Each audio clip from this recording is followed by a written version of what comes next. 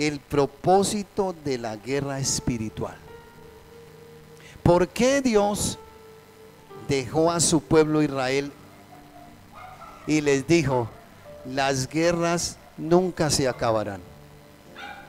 Los ejércitos y las naciones que están a tu lado no se las voy a quitar. Parecería un Dios cruel, ¿no es cierto? Un Dios despiadado. Y eso es lo que vamos a estudiar hoy. Mire al que está a su lado y dígale: esa guerra espiritual por la que estás pasando tiene un propósito. No te desanimes. Vuélvaselo a decir: esa guerra espiritual por la que estás pasando tiene un propósito. No te desanimes. Iglesia, en nuestro diario vivir todos enfrentamos batallas, desafíos que desafían nuestra fe, nuestra determinación y nuestro compromiso. Todos los días. La guerra espiritual es una realidad que no podemos ignorar, que no podemos evadir y que tenemos que vencer en el nombre de Jesús. Iglesia, para hablar de esto, quiero iniciar con una historia espectacular que me encontré. Yo tengo un sueño como frustrado, el haber sido parte del ejército de la nación. No lo fui, siempre que quise ser militar. Esta gente, los Navy SEAL, ¿qué significa SEAL? Equipo de mar, aire y tierra. Es un grupo élite de los ejércitos de los Estados Unidos. Y pertenecer a los Navy SEAL significa formar parte de una de las fuerzas de operaciones especiales más prestigiosas y exigentes del mundo. Los Navy SEAL son conocidos por su capacidad para realizar maniobras extremas en diversos entornos, en tierra, mar y aire. Allí, en el entrenamiento de los Navy SEAL, existe una tradición muy conocida que se llama tocar la campana. Y la campana se llama la campana de la rendición. Cuando un aspirante a Navy SEAL decide que ya no puede continuar, que se cansó de caminar, va y toca la campana 3 veces y coloca su casco en el suelo. Esto simboliza su renuncia y el fin de su intento por convertirse en un Navy SEAL. Y los instructores cada nada le recuerdan a estos soldaditos, a estos reclutas como los llaman ellos: no es más, si estás cansado, si te quieres ir a casa, ve, toca la campana 3 veces y te puedes ir para la casa. Y dentro de estos encontré la historia. Es complicado porque este es uno de los ejércitos más reservados en su entrenamiento. Y busque por aquí, busque por allá. Hay una semana que la llaman ellos la semana del infierno. La peor semana de entrenamiento. Solo piensa en el nombre: la semana del infierno, donde atraviesan pruebas extremas. Y me encontré esta historia, la historia de Marcos. Y este hombre dice: estaba en medio del agua helada, azotado por el frío, mi rostro no aguantaba más, mi cuerpo se entumecía y sentía que no podía más porque estaba cansado al extremo y apenas iniciaba la semana del infierno. Quería volver atrás. Dije: me preparé, fui uno de los mejores en mi estudio, me preparé como un gran deportista, pero en la mente me sonaba: toca la campana, ríndete. Y este hombre, dentro de todo esto, pensó: bueno, me he preparado tanto, pero ¿será hora de rendirme, de regresar a mi casa? Y se acordó de las palabras de su padre que dijo: el dolor no es el final de las cosas, sino la capacidad para superarlo.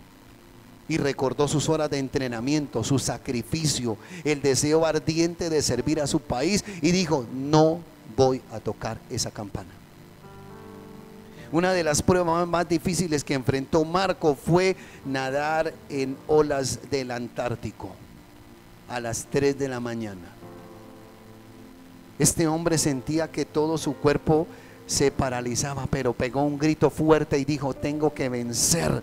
Empezó a nadar con determinación, llegó exhausto a la orilla, pero pudo vencer ese terrible frío. Finalmente, a la orilla, exhausto, victorioso, dijo: lo he podido superar. Los días siguientes, dice este hombre, fueron un torbellino de pruebas, de desafíos, donde pensaba que no podía llegar porque sus fuerzas y su capacidad de voluntad y de superar los límites eran tremendos. Al final de la semana del infierno, Marcos se encontraba entre los pocos que habían sobrevivido y se habían forjado en el dolor, en la adversidad, y ahora era un Navy SEAL, un miembro élite de las fuerzas especiales de los Estados Unidos. Pero tú y yo somos más que un Navy SEAL, somos del ejército de Dios, preparados para la guerra en el nombre de Jesús. Espiritualmente, ¿en qué nivel, qué grado de guerrero tienes? Experto, inexperto, recluta, patrullero, intendente y subintendente, capitán, general. O yo en esas cosas no me meto. No, yo el diablo lo dejo quieto, porque entre bomberos no nos pisamos las mangueras. Yo he escuchado mucho cristiano que dice eso de la guerra espiritual. Eso de ir los jueves a la oración, donde ese pastor se pone a gritar y a reprender al diablo. Ay no, qué pereza, yo papá no voy. Y su vida sigue en lo mismo, porque no vences en la guerra, no vences en la batalla. Iglesia, esta historia nos deja una enseñanza muy fuerte. En la vida siempre habrá una campana de la rendición, es decir, una salida fácil en momentos difíciles. Problemas en el hogar, toco la campana, me separo. Tú por tu lado, yo por el mío. Problemas en el trabajo, pues mejor renuncio, me busco otro empleo. La campana de la rendición. Pero si usted y yo queremos lograr grandes cosas, debemos decidir nunca tocar esa campana, seguir adelante sin importar los desafíos y enfrentar la guerra espiritual por la que estamos pasando. Y estos días leía un pasaje en Jueces capítulo 3, versículo 1 al 6. Allí encontramos una lección profunda sobre cómo Dios utiliza las pruebas para fortalecer nuestra vida. Iglesia, hoy vamos a hablar de ese mundo fascinante de la guerra espiritual, explorando las estrategias, las tácticas y qué cosas debemos hacer y qué propósito tiene la guerra espiritual. Jueces capítulo 3, versículo 1 en adelante. Vamos a leerlo. Aleluya.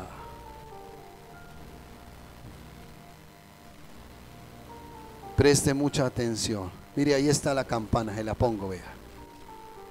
Un poquito grande, ¿no es cierto? Naciones que fueron dejadas para probar a Israel.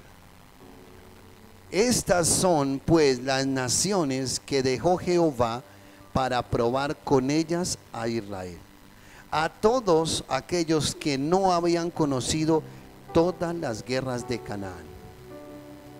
Solamente para el linaje de los hijos de Israel conociesen la guerra, para que la enseñasen a los que no la habían conocido. ¿Qué pueblitos les dejó el Señor? Ay, santo, mírelos.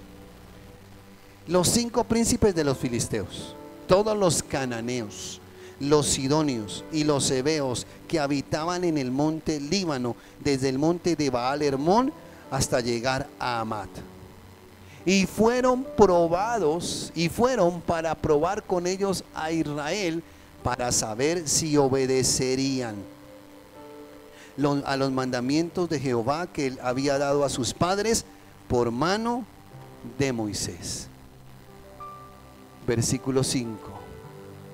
Coja su merced, gracias. Así los hijos de Israel habitaban entre los cananeos, heteos, amorreos, fereceos, heveos, jebuseos, pero cometieron un grave error. ¿Qué hicieron? Versículo 6, lo puse bien grande. ¿Qué dice ahí? Y se apartaron y fueron fieles a Dios y se casaron con hombres y mujeres de su pueblo y adoraron a Dios. Eso dice el versículo 6. Y tomaron de sus hijas por mujeres de los cananeos, heteos, amorreos, fereceos, heveos y jebuseos, y dieron sus hijas a los hijos de ellos, y para colmo de males sirvieron a sus dioses. ¿Para qué Dios le dejó a este pueblo? ¿Para qué? ¿Qué tenían que hacer? Para probar con ellos si obedecerían. Iglesia, ¿sí ve la importancia de no unirnos con gente que no es de Dios? ¿Qué comunión tiene la luz con las tinieblas? Estos pueblos eran organizados, estratégicos y efectivos en la guerra. Tenían ejércitos innumerables. Eran hombres guerreros preparados para la batalla y no le tenían miedo a la muerte. ¿Sabe cuál era su hobby? La guerra, el matar a sus enemigos. Ese era su hobby. Y el pueblo de Israel estaba en medio de esta cultura. Eran estratégicas, belicosas lo que esta gente tenía, y el pueblo de Israel tenía que aprender de las diferentes tácticas de guerra para ellos sobrevivir en medio de pueblos hostiles. ¿Por qué Dios nos deja que trabajemos y estemos en medio de gente pagana, de gente mundana, de gente que nos tiene envidia, que nos tiene rencor, que nos buscan pelea? Para probar con ellos a los hermanos de caminando en su presencia. Diga, los desafíos y la guerra espiritual que Dios me deja es para probar si soy obediente. Versículo anterior. ¿Para qué más nos dejó las guerras? Para probar con ellas a Israel y a todos aquellos que no habían conocido todas las guerras, y para enseñar a los que no han conocido. Hay 5 propósitos que vamos a estudiar hoy sobre la guerra espiritual. Aquí están. 1. La soberanía de Dios en las pruebas. 2. El propósito de la guerra espiritual. 3. La preparación para lo que viene y el enseñar a los que no saben hacer guerra para que la puedan hacer en el nombre de Jesús. 4. La desobediencia y los ciclos de prueba. Y 5. La enseñanza de la dependencia total. Yo le invito a usted para que en su casa lea el libro de Jueces. Dios siempre levantaba a un líder que era juez y líder espiritual para bendecir a su pueblo. Pero este juez moría y la Biblia dice, era una constante, y el pueblo volvía a hacer lo malo ante los ojos de Jehová, y Jehová los entregaba en manos de los cananeos, los jebuseos, los heteos y todos estos pueblos terribles, idólatras. Les gustaba tener fiestas paganas, adoraban a Astoret, la diosa del amor y del sexo. Eran unos bacanales y unas cosas terribles los desórdenes sexuales que tenía este pueblo. Sacrificaban a sus hijos, los hacían pasar por el fuego, y a los bebés recién nacidos escogían uno dentro de sus pueblos para sacrificárselos a Baal. ¿Y sabe cuál era ese sacrificio? Coger a ese niño y lanzarlo desde una montaña que cayera en la boca de ese dios Baal, encendida de fuego y con una lanza. Allí el bebé moría agónicamente, y el pueblo estaba en medio de eso. Tú y yo estamos en medio de una generación maligna y perversa, que se desvían y a lo malo lo llaman bueno y a lo bueno lo llaman malo.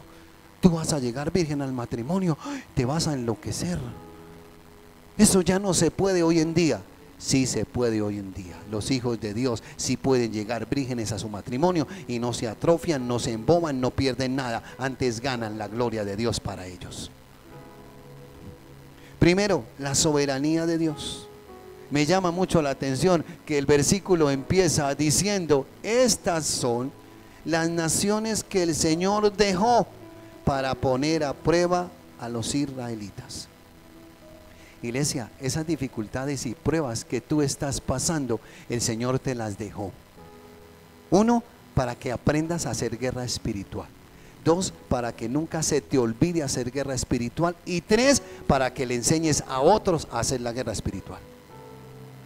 Aparentemente ellos vivían en paz, claro, con el reinado de los diferentes reyes que tuvo Israel. Y sobre todo el rey David. Fue un hombre de guerra, de batalla, que conquistó muchas naciones y dejó el pueblo en paz. Y ellos se habían acostumbrado a estar tranquilos. Iglesia, y la guerra no solo es un desafío físico, sino también una oportunidad de crecimiento y de transformación de lo común a lo extraordinario. Necesitamos las guerras, necesitamos que se nos levante oposición. Cuando estamos tranquilos y calmados, no pasa nada, como que nos dormimos. La Biblia nos dice: sean sobrios y velad, porque vuestro adversario el diablo, como león rugiente, anda en busca del cristiano tibio, frío y enfermo para devorárselo. Por eso no se desanime. Terminó este desafío. Prepárese, Señor, ¿y cuándo viene el próximo?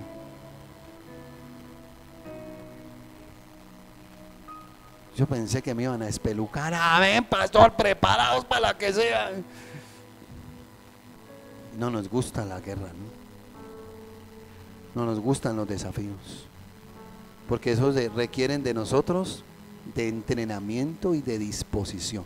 Segundo, pero antes quiero que reflexiones en dos preguntas. ¿Cómo estás respondiendo a las pruebas en tu vida? ¿Con queja, con tristeza, con abandono, con lloro? Como todos esos hombres de la Biblia. Señor, mejor me quiero morir. Yo creo que el Señor se ríe de nosotros. Dice: no, mi hijo, todavía no es el tiempo. Le faltan 100 años. Y 100 años de pruebas, de guerra espiritual, de oposición. Pero vas a llegar al cielo. Segundo, ¿ves las dificultades como algo que Dios permite para tu crecimiento espiritual? ¿O vuelves a lo mismo? A la queja, a la tristeza, al dolor. Cuidado, iglesia. Segundo, el propósito de la guerra espiritual como medio de formación. Venga, a ver si esto pasa. Sí, sí pasó, gloria a Dios. Lo hizo para enseñarles la guerra a los descendientes de Israel, a los que no la habían conocido antes. Dios dejó estas naciones para enseñar a los israelitas la guerra. Y Dios sabe que la vida cristiana es un campo de batalla espiritual constante. Y eso no solo nosotros no podemos creer, iglesia, crecer espiritualmente, sino a través de la buena batalla de la fe. El crecimiento espiritual no ocurre sin pelear la buena batalla de la fe. Las pruebas que enfrentamos en la vida son comparables a los entrenamientos de los soldados Navy SEAL. ¿Ustedes han visto esos entrenamientos, esos campos de entrenamiento que hay? Aquí hay un sitio, se llama Tolemaida, por los lados de Melgar. Y hay una peña donde cuelgan un cable y es altísimo, y usted tiene que caer allá en el río Magdalena. Y si usted no se suelta, se mata, se estutana contra esa piedra, porque al frente hay una piedra grande. Y allá cuelgan a los soldados para una prueba de superación y de vencer los miedos. Miran para abajo y eso se ve chiquitico abajo. Y usted tiene que soltarse. Como guerreros de Dios tenemos que ser entrenados para ataques en la tierra, en el aire y en el agua. El enemigo nos quiere tirar a ahogarnos. Mire, usted es franco permanente del diablo, enemigo del diablo. El diablo lo quiere matar, el diablo lo quiere destruir. El diablo no quiere que usted cumpla el propósito de Dios para el cual lo llamó, sino que usted sea como los demás. Hay del común. Y los del común, ¿para dónde están preparados? Porque las armas de nuestra milicia no son carnales, sino poderosas en Dios para destrucción de fortalezas. La oración, el ayuno, el congregarnos regularmente, el levantarnos a orar temprano. Cuidado, iglesia, el enemigo quiere minar y que tú, en vez de ponerte a orar, te pongas a ver el celular, media hora de celular y 10 minutos de oración. Y a veces pasa. A veces pasa. Como decía hace 8 días, lo primero que nos levantamos a hacer, ¿qué es? A mirar el teléfono. No, iglesia. Ahora ya estoy tomando la costumbre de contestar el teléfono. Antes ni lo contestaba, tenía eso para arrumado. Y eso que trabajo haciendo videos que tengo que mandarle a gente de afuera. Pero la tecnología no me gobierna a mí. Yo gobierno la tecnología en el nombre de Jesús. ¿Cuánto tiempo a veces perdemos en ese bendito celular? En el Facebook, viendo los chismes de no sé quién, de no sé cuándo, que aquel se peleó con aquel, que aquel se divorció con aquel. ¿Y por qué no se pone a leer la Biblia más bien? Si ve que el enemigo hace que nos enredemos en las cosas del mundo y perdamos la guerra espiritual. Levanten la mano los que están ayunando los martes y los jueves, así sean 2 horas. Y entonces, pastor, la úlcera, la gastritis, y ahí le va a seguir la úlcera y la gastritis, y si no cambias esa situación, te va a matar la úlcera y la gastritis. Perdónenme, pero si yo no venzo eso, el reino de los cielos sufre violencia. Y solo los violentos lo arrebatan. Soldados de chocolate allá no van a entrar. Yo me levanto desde temprano y le hago hasta las 8. Padre, voy hasta las 8 hoy. No importa que me ofrezcan el mejor desayuno. No importa que al lado el vecino esté sonando por la pitadora y oliendo a esa carne sudadita que tanto les gusta, ¿sí o no? Ese bistecito con harto tomatico y cebolla. No importa, yo venzo eso en el nombre de Jesús.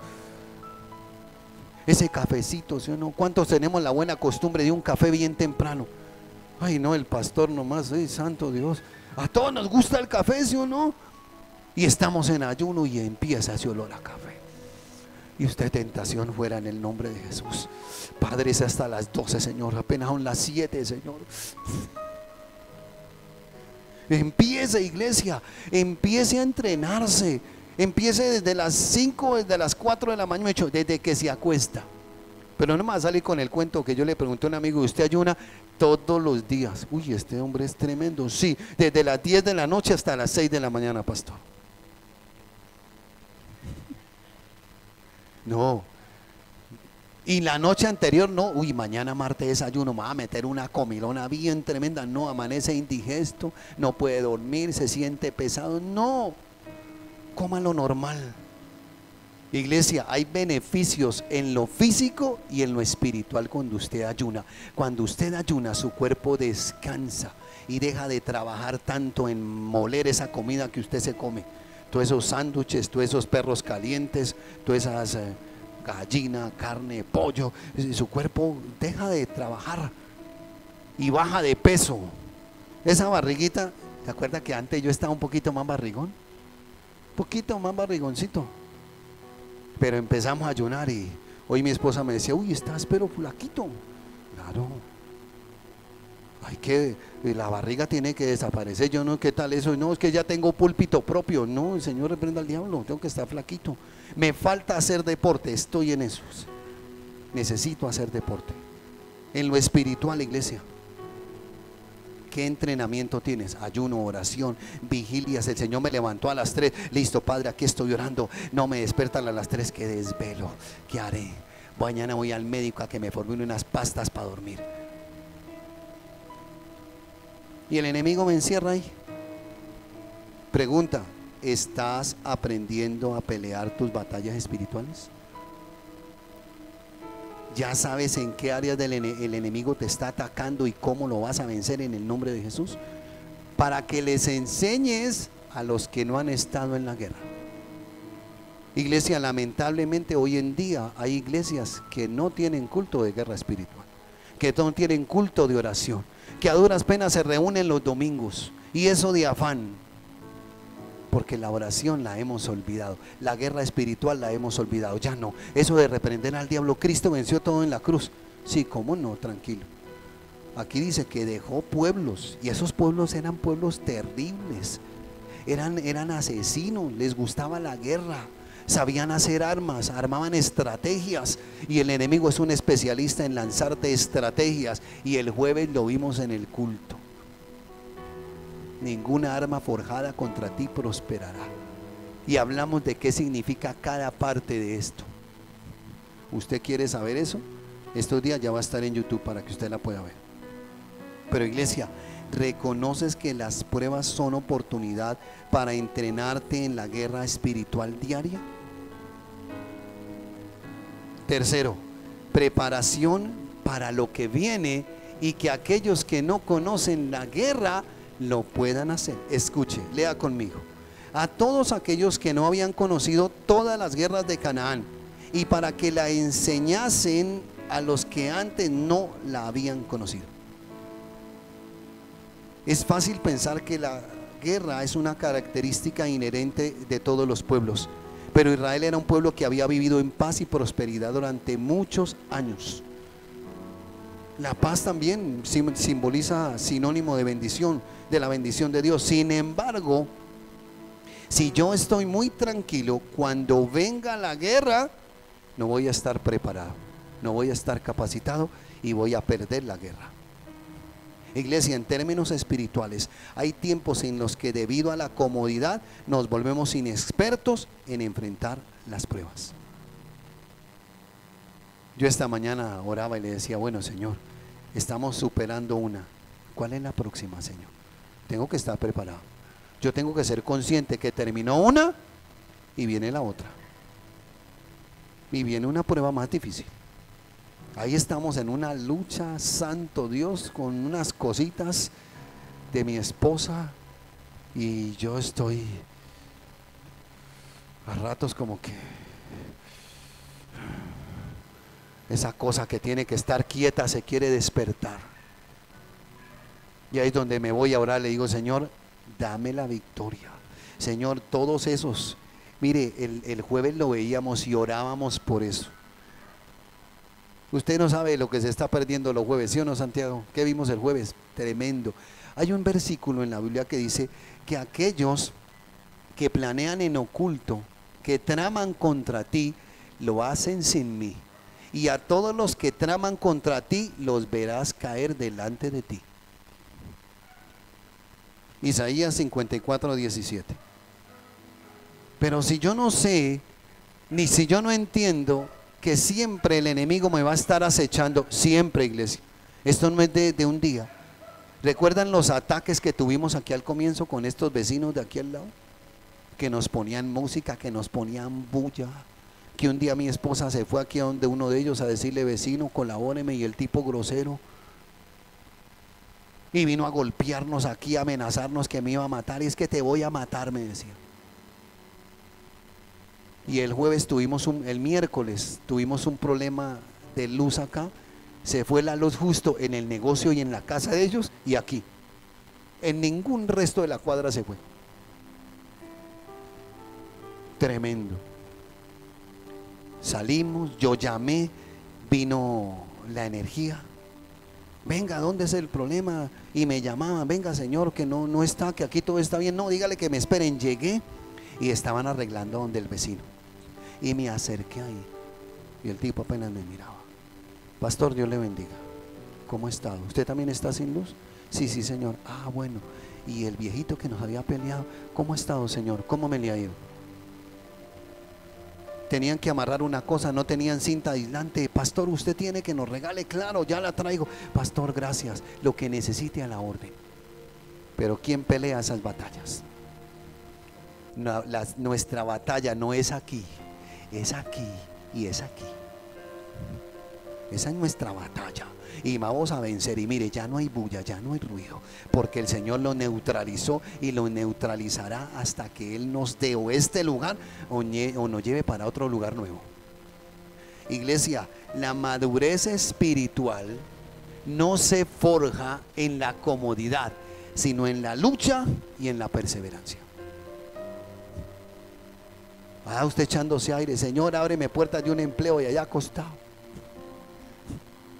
Señor, a veces oramos tan mal, iglesia. Señor, mándeme un bulto de plata del cielo. El Señor no dice, hijo mío, no, porque con ese bulto te mato.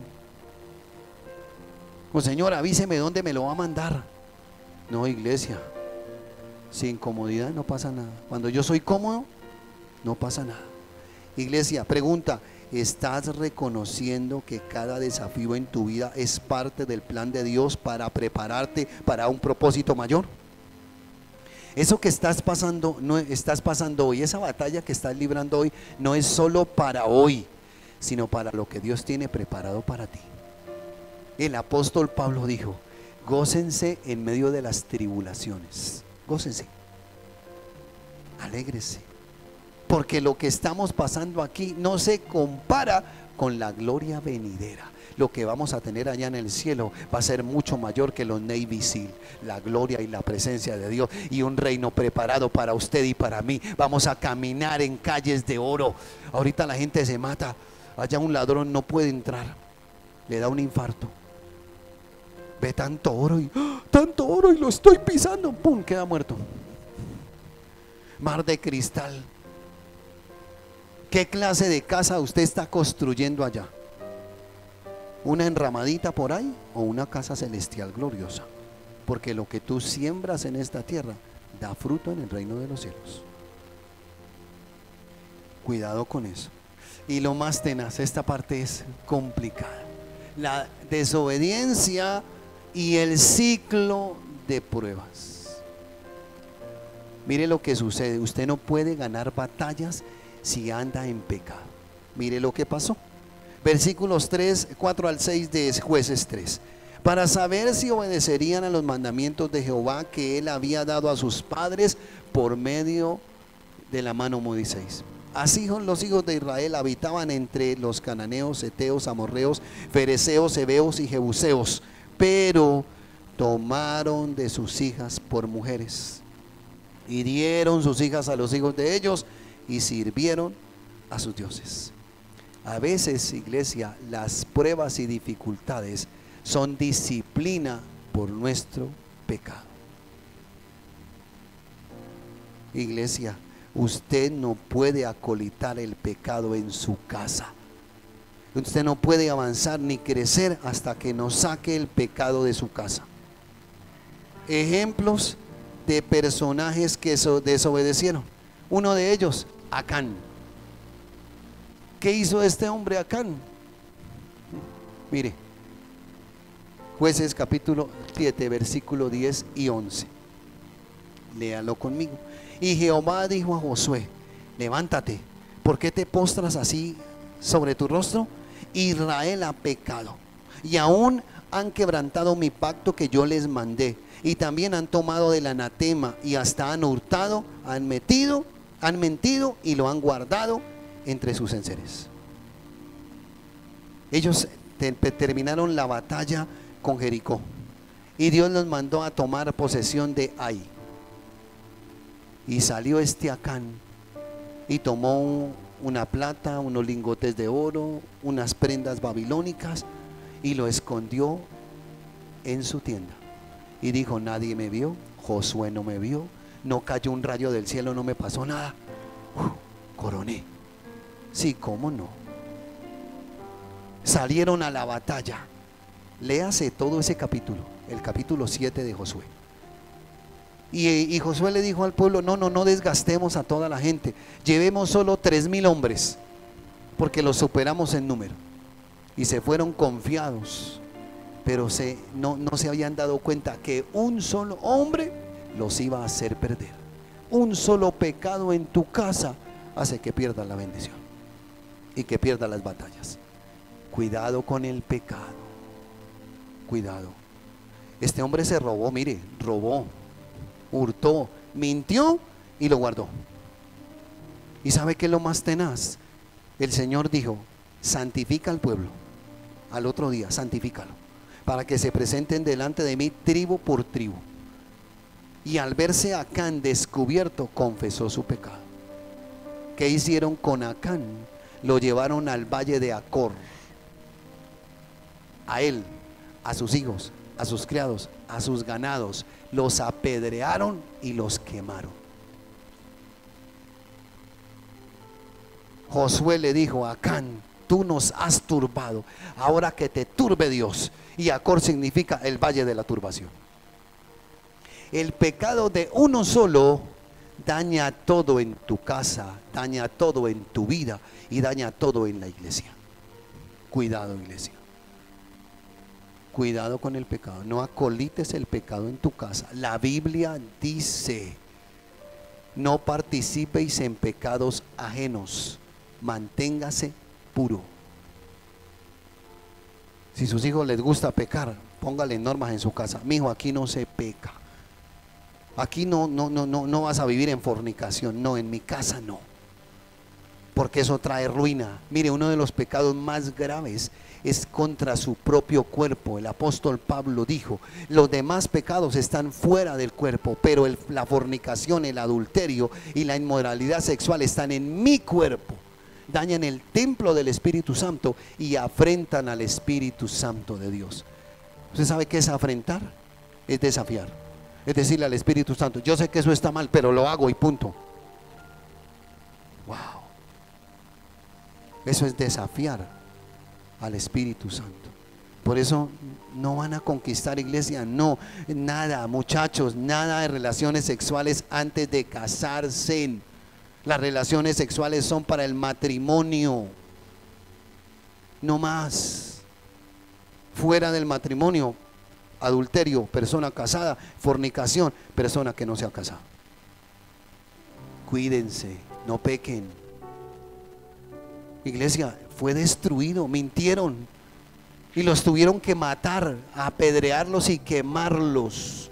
Dios es radical con el pecado. A veces tú y yo consentimos el pecado. Más que el niño se fue y se emborrachó y llegó esta madrugada. No, qué pena. Yo nunca me he apartado del evangelio, pero a ratos dejaba de ir a culto. Y mi papá un día dijo, yo no quiero zánganos en la casa. Los que viven aquí es porque viven del evangelio como yo vivo del evangelio. Si tú no te vas a congregar, tienes que buscar a dónde vivir.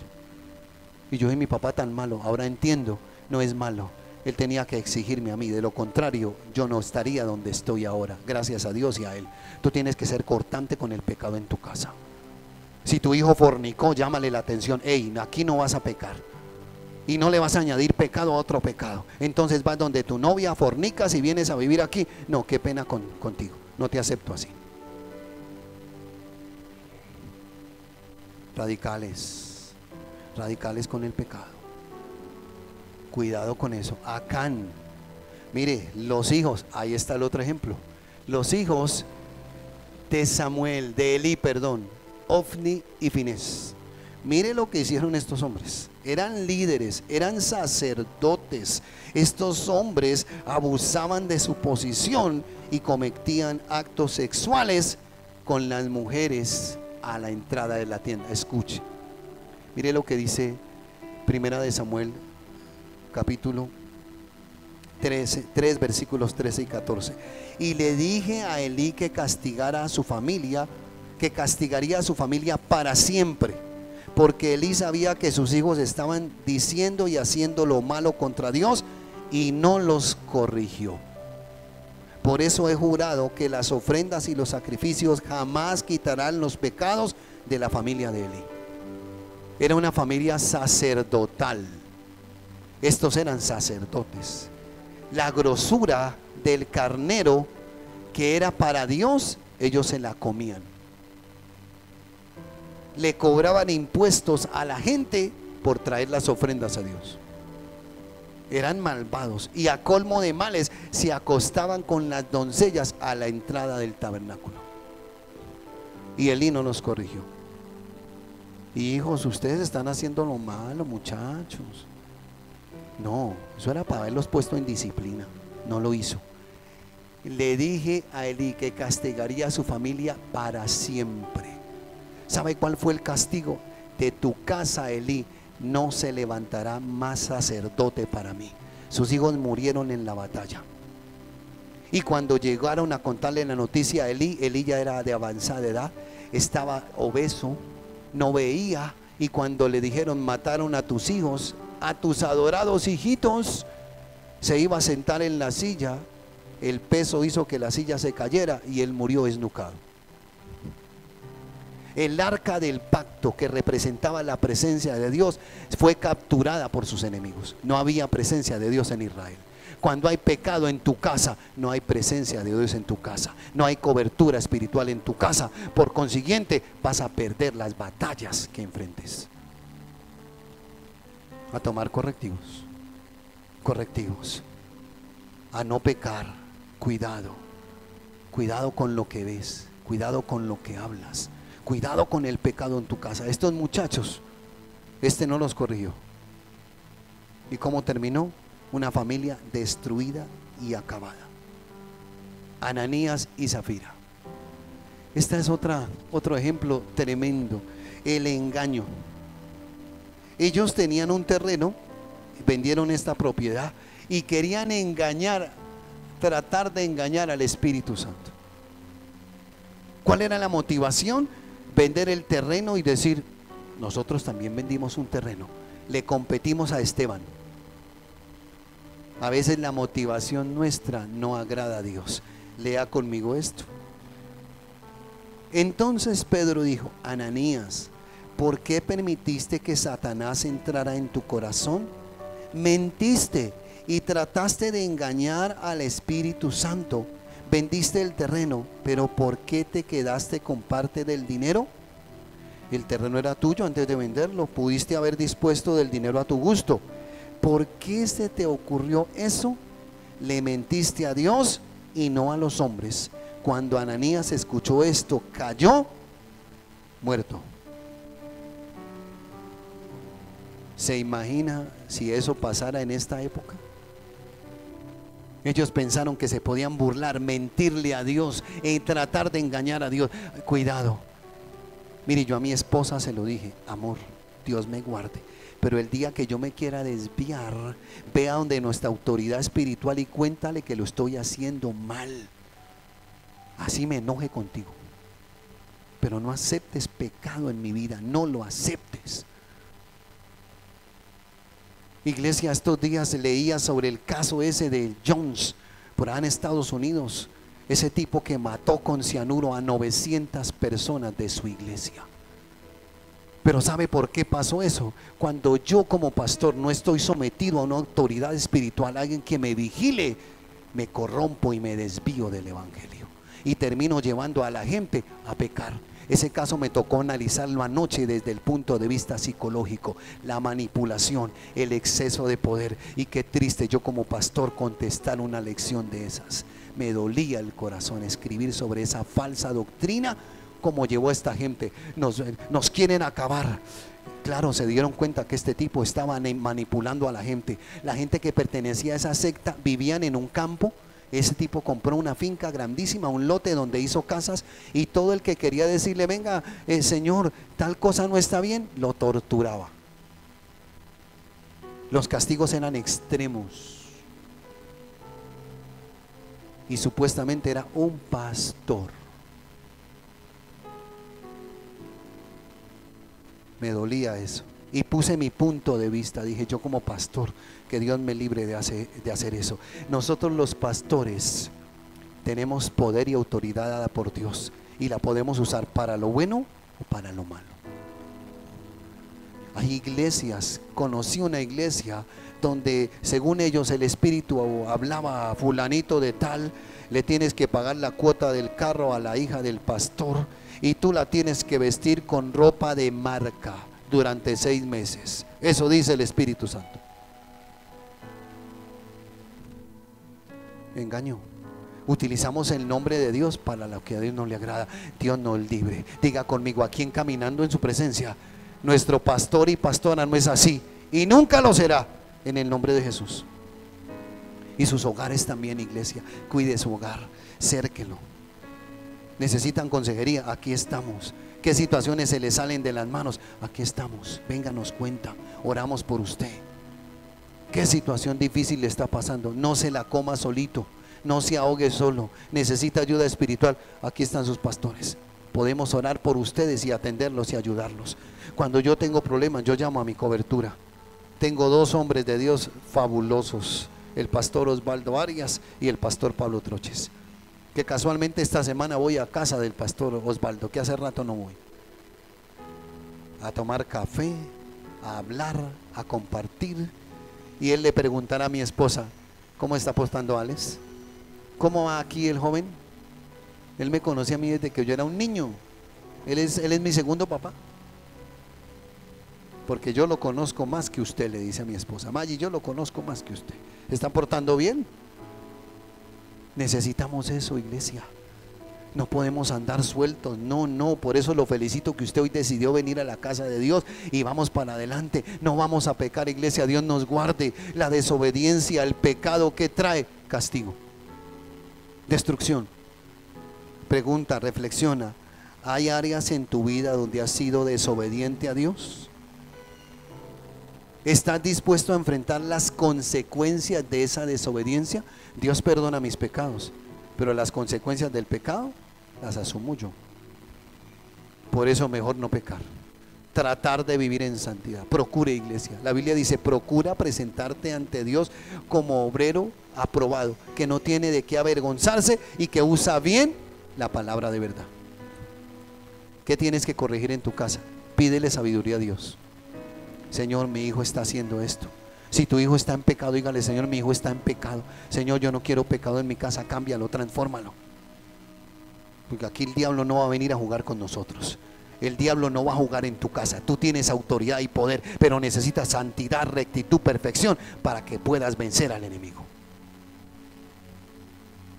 Número 5, la dependencia total de Dios. Y fueron para probar con ellos a Israel.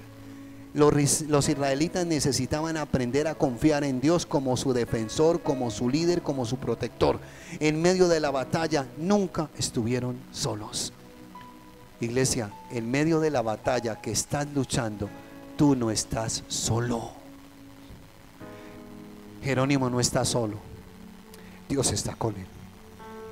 Y a ese bebé lo vamos a ver aquí pronto, sano, restablecido, un hombre que le va a servir a Dios. Eso no es para que te aflijas, Santiago, es para que veas la gloria de Dios en Jerónimo, en el nombre de Jesús. A mí me gusta la obediencia de Santiago. Le dije: colócale un versículo en la cunita, allá en el sitio.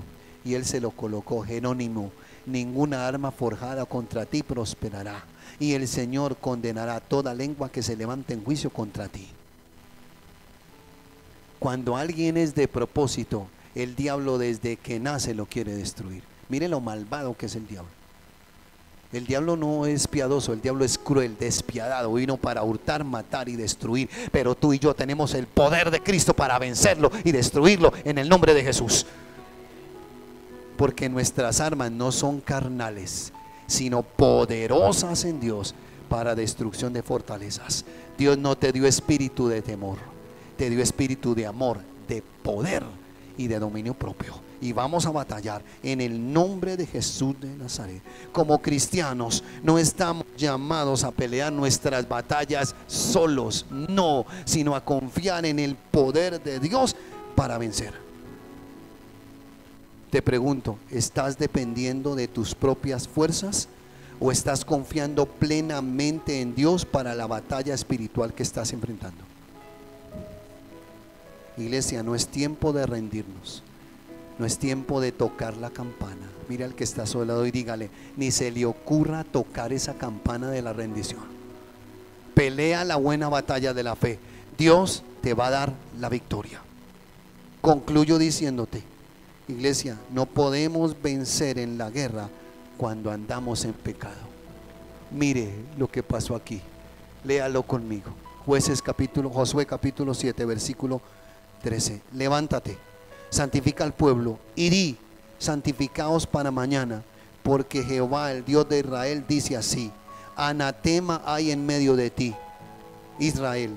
No podrás hacer frente a tus enemigos hasta que hayáis quitado el anatema de en medio de nosotros. Iglesia, no vas a poder vencer si hay pecado. No. Vamos a vencer cuando tratamos y procuramos de vivir en santidad. Saca el anatema, saca el pecado de tu casa, de tu vida. Yo esta mañana oraba y este versículo me tocaba. Le decía, Señor, yo necesito vivir para ti. Ayúdame a vivir para ti. Señor, yo cerco mi hogar. Iglesia, mis hermanos, nos toca acercar nuestro hogar y tomarnos de la mano con nuestra esposa y orar y reprender todo espíritu de adulterio, de coquetería, de malas miradas. Cerca tu hogar. Señor, yo echo fuera de mi hogar el adulterio, la fornicación, desórdenes sexuales se van de mi casa, coquetería, hombres que me vengan a coquetearle a mi esposa se van fuera en el nombre de Jesús. Mujeres que vengan a coquetearme a mí se van fuera en el nombre de Jesús. Cuántas iglesias han caído y hombres de Dios han caído por los pecados sexuales. A mí me duele el corazón cuando un hombre de Dios cae.